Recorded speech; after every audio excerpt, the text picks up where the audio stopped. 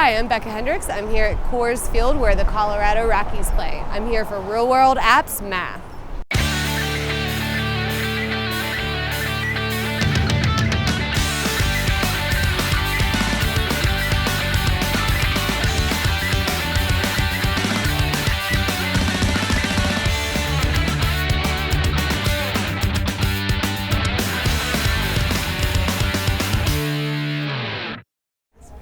Hi, I'm here with Doug Marino, and we're in the broadcast booth here at Coors Field. And I was going to ask him a little bit about how he uses math in his life every day. So tell me a little bit about yourself and about your job. Well, my job is I'm the statistician for the Colorado Rockies television broadcasts for Root Sports. So primarily I sit up here in the booth next to the announcers. The announcers sit right here and I sit next to them over here, and I pass them little notes that help the conversation along. So if they're talking about a particular player, I've got some statistical information to pass along to them. So you're the one that figures out basically kind of what they're able to say when it comes to, the Rockies are, this is their record, or this is this player's record, or... Yep, these guys do a lot of research and they do a lot of homework beforehand. I'm there to kind of help them out and supplement because they're talking and they're doing a lot during the game. So if they want to know the answer to a question, I'm there to help provide that answer because they don't have the time to figure it out. They're busy talking on TV. And so you're the numbers guy. You've got all the numbers. How do you get the numbers? Well, I spend a few hours before every game, before I come down, and I'll show you here. Here's what I've got for today's game. On Post-its. On little Post-it notes. It's a very high-tech business, but the very low-tech Post-it notes. Right? Yep.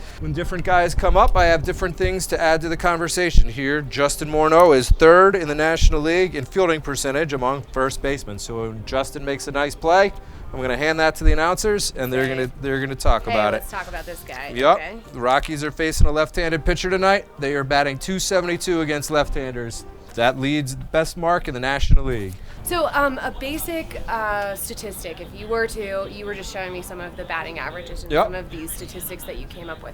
Could you, for our viewers, do kind of an example calculation of something that you might... Sure. A batting average is pretty much, it's the percentage of times you get on base safely by hitting the ball safely. You get a single, a double, a triple, or a home run.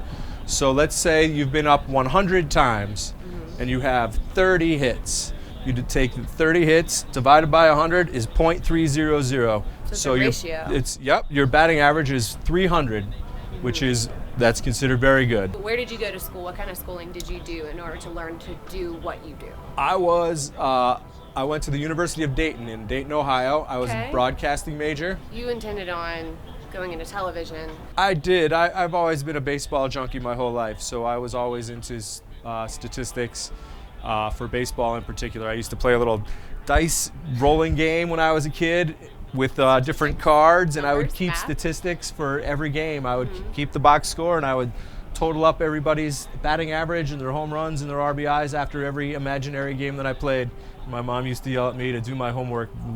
Really, I was doing my homework. We just didn't know it at the time. Just did it a little different way. Yeah. So what would you say that you used from high school, from your classes in I use all of my math every day, all day. I do. And it's middle school, high school. Some of them are very basic percentages and formulas. Some of them are, when you're learning fractions and percentages, that's what baseball numbers, a lot of them are. Do you do data collection during the game, or do you have other people that do that for you during the game? I have a database. It's called StatsPass, is a company called Stats Inc., and they have a great database I can query all kinds of things from. So I use my computer skills for that as well. I also keep track during the game of a bunch of different things, the number of pitches the pitcher's thrown, how each team is batting with runners in scoring position. Okay. So I collect information along the way, and then there's a variety of other places on the internet I can use as well, as well as the printouts that I get before the games. When you're collecting and analyzing this data, are you collecting it for all of baseball, specifically the Rockies, or specific players? How detailed are you getting? Well, every time we have a series, a new team comes in, so I have to learn all about that team as well. So every game, I get ready for the Rockies and whoever they're playing. And we'll talk about season numbers But then every time a guy comes up to bat, that number changes. So if he was batting 327 against left-handers and he was 0 for 1 his first time up, he got out, then we have to recalculate that. Right. So we're up to date. How long have you been a statistician? This is my 21st year of covering Major League Baseball. Wow. I've been here in Colorado for 18 years. For the first 5 years I was here in Colorado, I did the visiting team. Like the Arizona Diamondbacks are in town now.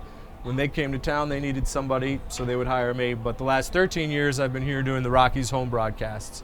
So what advice do you have for students that may want to eventually become a sports statistician or do something along the lines of work you do? You know, you have to pay attention to all your different classes. You don't know what you're going to use. You're probably going to wind up using a little of all of it. Even if you think the statistician is just going to be math-oriented, I have to use all kinds of things.